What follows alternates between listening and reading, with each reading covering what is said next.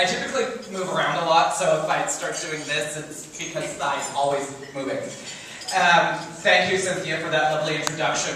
I should say, when Cynthia first emailed me to invite me to speak at this event this evening, my partner of 20 years, Joel Llewellyn, opened the email and he read this, read of this lovely celebration, and he had said, well, you're not going to do it, right? And I said, well, what do you mean? He said, well, you're gay, you're not Anglican, and you swear too much. And, well, I thought for a moment, maybe I'm not the right fit for this type of event. I am guilty of all three. However, I was born gay. God made me that way.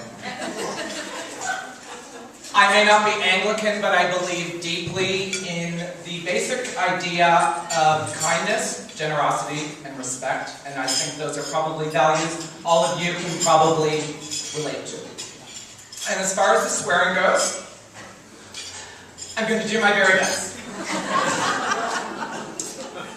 I think the reason I am here is that 7 years ago I purchased a building, the former Bank of Nova Scotia building on the corner of North and Agricola Street in Halifax. A neighborhood that people did not have a lot of faith in.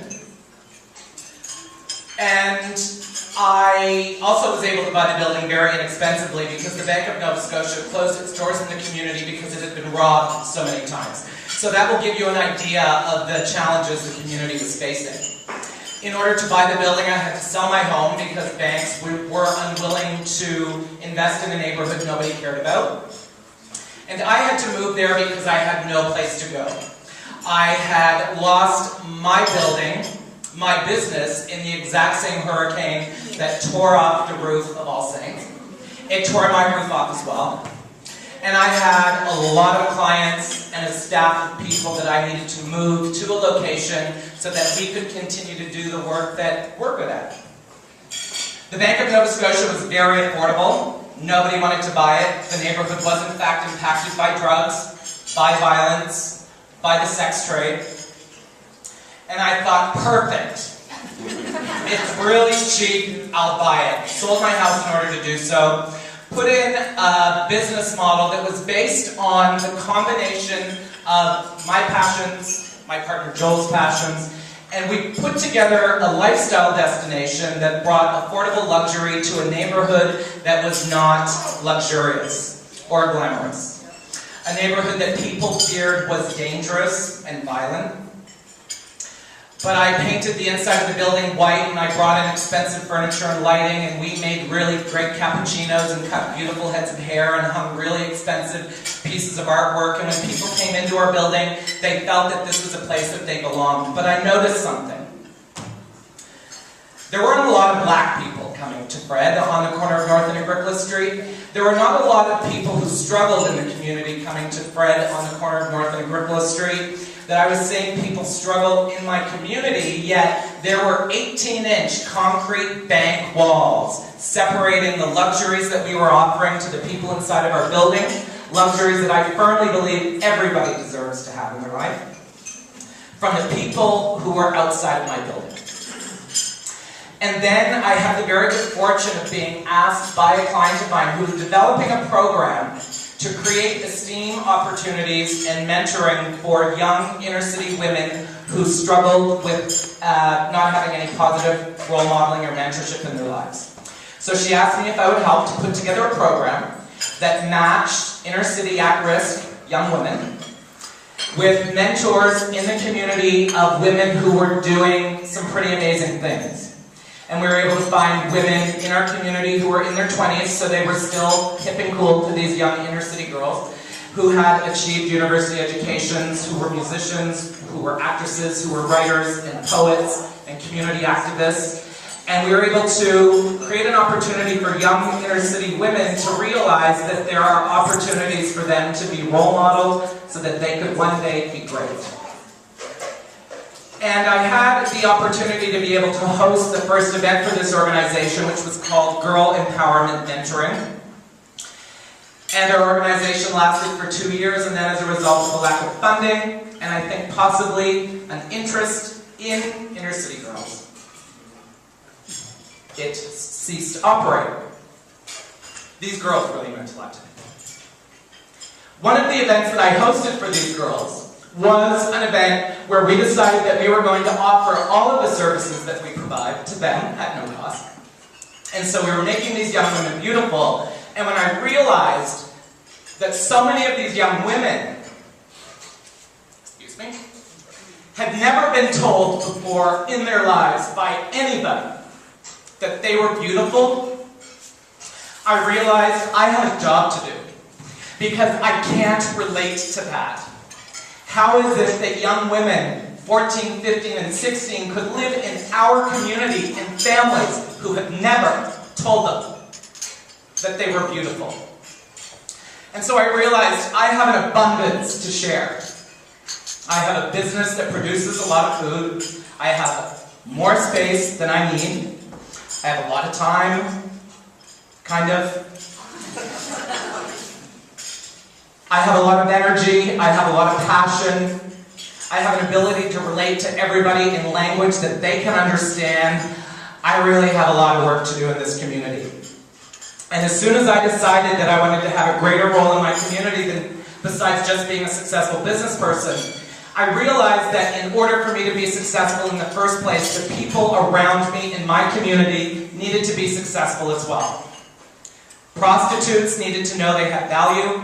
Homeless women who were struggling needed to know that there was a place in their community where they could find stable housing. Violent youth needed to be mentored away from violence through the arts so that they could have a vehicle that was far more valuable to communicate their anger. And a lot less violent. We have been able to work with organizations that partner violent youth with artists. Add Some House, which works tirelessly to secure housing for homeless women and their children. Family SOS, which works with families in crises.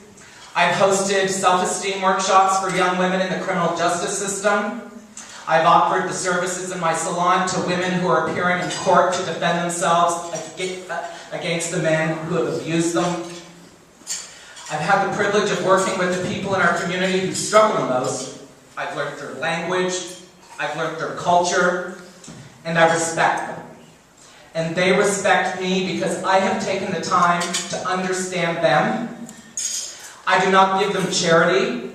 I share my abundance, but I do so with authenticity and a passion for their success. So it's not charity because I firmly believe charity does not work. By giving authentically and in the spirit of love, so that the person you're giving to has an opportunity to be successful, elevate their self-esteem, and realize they have value, isn't giving, it's creating positive change. Can you tell I get really emotional when I talk about these things? Thank you. The reason I fell on Cynthia's radar is after 6 years of commuting between Halifax and the South Shore, my partner Joel and I were able to buy a house in our neighborhood where we could start to walk to work. And I realized that that would save me 2 hours a day. I'll have 2 extra hours a day where I will not be in my car, and I get to look out my window every day and I see disenfranchised youth walking by my windows, harassing people in the community, spraying buildings with graffiti, treating people around them in a way that I don't think demonstrates kindness, generosity, or respect.